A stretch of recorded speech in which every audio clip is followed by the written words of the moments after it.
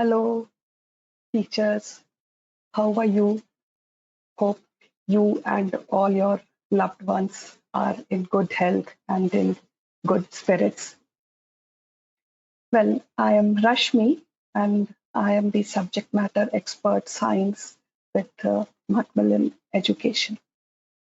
Today I'm going to present to you small videos about virtual classrooms and how you can avail the digital resources that are available with us and put them to maximum use in these unprecedented times. I'm sure you all would agree that virtual classroom and this methodology is the only option left with us at present. So, are you freaking out? Having apprehensions? Well, that is but natural. But trust me, all these apprehensions can easily be overcome. And I will try to address some of your concerns, and I hope that it will be useful to you. So I will not take much of your time now and start right away. But before that, virtual classrooms have many merits and advantages. We all must agree to that first.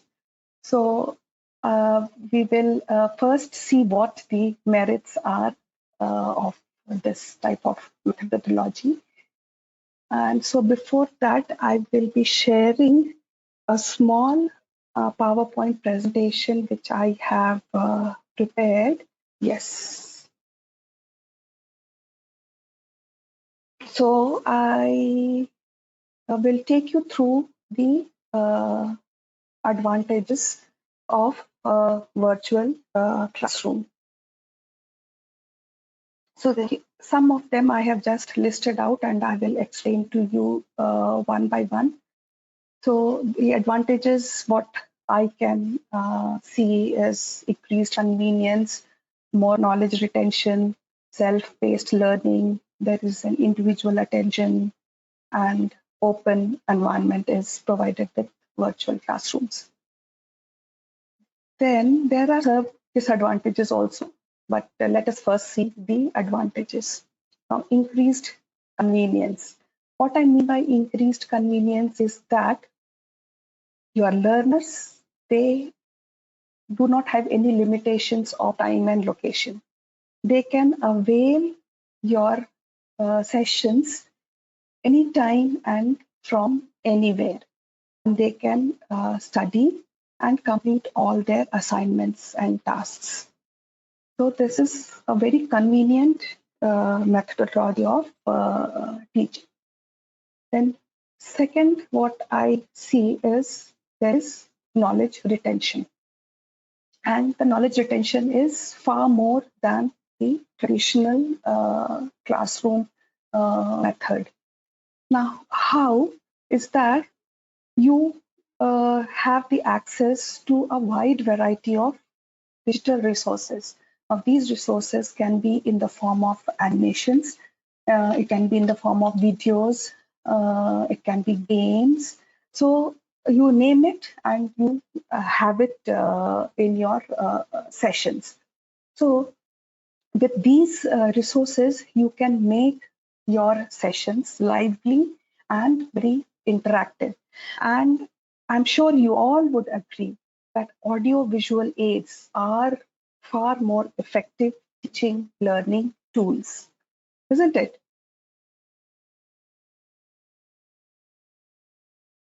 So here is a small animation which is there in our digital resource. I will take you through that in my subsequent videos.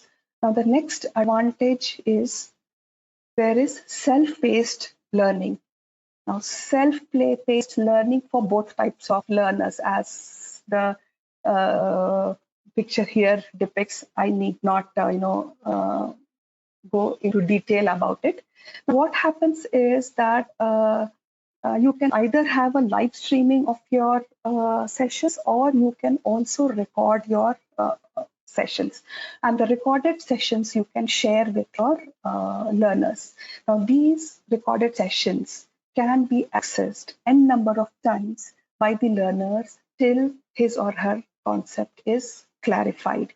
So this takes care of the slower learners, and it is always beneficial for the fast learners who can grasp the topic in the first session itself. Now, the second is other merit is that it gives individual attention and provides an open environment. Now, you would argue, what is this individual attention? Virtual classrooms cannot give individual attention. I don't have my learners in front of you, but there is a feature in many platforms which you will be using for your virtual classrooms that can give you the freedom to put your learners in so-called breakout rooms. Now, in that breakout rooms, you can either have one learner, or you can have a pair, or you can have a group of learners. And that platform has a feature which allows you to drop in a particular breakout rooms and have one-to-one interaction with your learner there. So it does give individual attention if you use the proper platform. Now, talking about platforms, there are various platforms. The most common, which is now being used by everyone in various fields, is Zoom. Then you have Skype. Then you have Adobe Connect. There are various resources. Now, there are various resources which are, free resources as well, and you can avail any of the resource. But first, study into your resource so that you get a hang of it and the features available with that platform. Now, the other advantage is that it provides an open environment. Now, open environment, I would say, why? Because this type of methodology, this does not hinder, especially your shy and introvert students, to come out with their answers, because such type of students, they will try to hide behind the other students, avoid any sort of eye contact with you, and how much ever you prod them, they will not come up with the answers. And if at all they come up with the answers, they will only repeat what the other students have already told. So what happens in this is that the learner is sitting in the comforts of his or her home. Now, he or she does not have the pressure of talking in front of the whole class. That is a big disadvantage, and that is a big limitation with many students. They are afraid to talk in front of many people. So, but when they are sitting in front of their system and in the comforts of their homes, do not have this type of pressure. So you ask the question, or you encourage them to participate in a discussion. The student, without any pressure, will participate or give the answer, and take it from me, that answer or views expressed will be solely his or her own expressions, and you will thus get a very genuine and original ideas and views. So it is a great platform, great way, great methodology for encouraging communication skills. I'm sure you will agree that communication skills are not only required in language learning. Communication skills can be tested in any subject, be it science also. And communication skills are an important 21st century skills. And the NEP, the draft NEP, which has recently been published, it also lists communications as one of the major 21st century skills. So these are some of the advantages which I could foresee, but I'm sure as you would progress, you will realize that there are many advantages to this type of methodology of teaching and learning. But so now, do you feel that everything is so hanky-dory? Well, let me play devil's advocate also. There are certain challenges associated with this methodology, but most of the challenges can be addressed and can be overcome.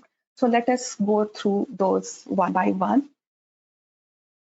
So these I have already explained to you about the individual attention and open environment. Here are the disadvantages. The first one is dwindling attention. Yes, the attention will dwindle because especially your primary classes learners, they are full of energy and they would always be fidgeting around. But since they're now sitting in just in front of their system, sitting all alone, sitting idle, will make them fall asleep. But this can can easily be overcome when you have fun activities. You can have videos, you can show them animations, you can play interactive games with them, all related to, of course, to the topic of that session. Then isolation and solo learning, again, it can be overcome by all the methods which I just spoke about, sharing videos and interesting games and activities. Then there can be discomfort with technology, but what my personal view is that this generation is much more aware and they are comfortable with technology, and so I think this should not be a major challenge in taking up a virtual classroom. This simple character, this projects most of our technologically challenged aspects. Anyway, then technical problems. Yes, there can be many technical glitches, microphone not working, videos not streaming, internet connectivity is very poor, but all these we will have to bear with it because we do not have control over such things. So I think I have covered a lot today. And until next, when we meet, stay safe and take care. Bye.